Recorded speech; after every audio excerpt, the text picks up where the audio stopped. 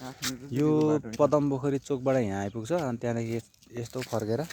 हामी यहाँबाट यस्तो यो बाटो सबै नक्सामै छ यहाँसम्म स्ल्याब आइपुगेको छ। अब यहाँदेखि अलिकति अगाडि जाँदैछ यो जमिन यो बाटो चाहिँ सबै यत्रो बाटो छ होइन हेर्नु यत्रो यहाँदेखि यहाँ छेउसम्म यत्रो बाटो छ स्ल्याब यत्रो छ है स्ल्याब यो स्ल्याब भन्छ कि स्ल्याबमै होइन यो त स्ल्याब हो र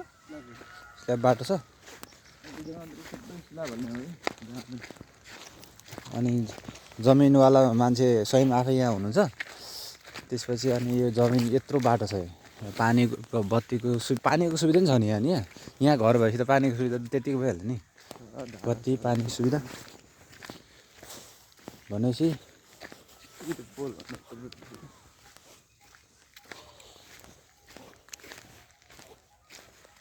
अब यहाँ तपाईँको यो बत्ती बलिरहेछ यहाँ होइन यो बिहान फर्स्ट आवरमा छौँ अनि यहाँनिर हो नि त यतातिर यहाँदेखि यो छेउसम्म बाटो जस्तो अब यहाँबाट नि यस्तो बाटो निक्लेको छ यो बाटो पुरै बाटो छ होइन त यो बाटो छ अनि यो चाहिँ अब स्ल्याब आउँदैछ त्यहाँसम्म स्ल्याब आइसकेपछि फेरि अब उताबाट मात्रै स्ल्याब होला एकतिरबाट मात्रै यहाँदेखि तलतिर छैन होला भन्ने सम्झिनुहुन्छ भने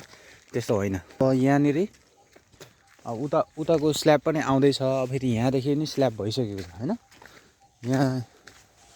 यहाँबाट यहाँ घर पनि रहेछ यहाँ त पानी खानेपानीको बोर्डकै उनी छ के अरे अफिसै छ होइन ट्याङ्की हो के अरे यहाँ त ट्याङ्की यहाँ तलतिर यस्तो बाटो छ अनि यहाँ माथि चाहिँ डबल स्ल्याब छ एक स्ल्याब डबल स्ल्याब यो यत्रो ठुलो चाहिँ उयो छ। अनि हाम्रो जमिन चाहिँ हामीले बेच्ने भन्ने जमिन चाहिँ अब यहाँनिर गयो नि त यो यसको यो पोलभन्दा बिचको होइन पोलभन्दा यतापट्टि यतैबाट जाउँ न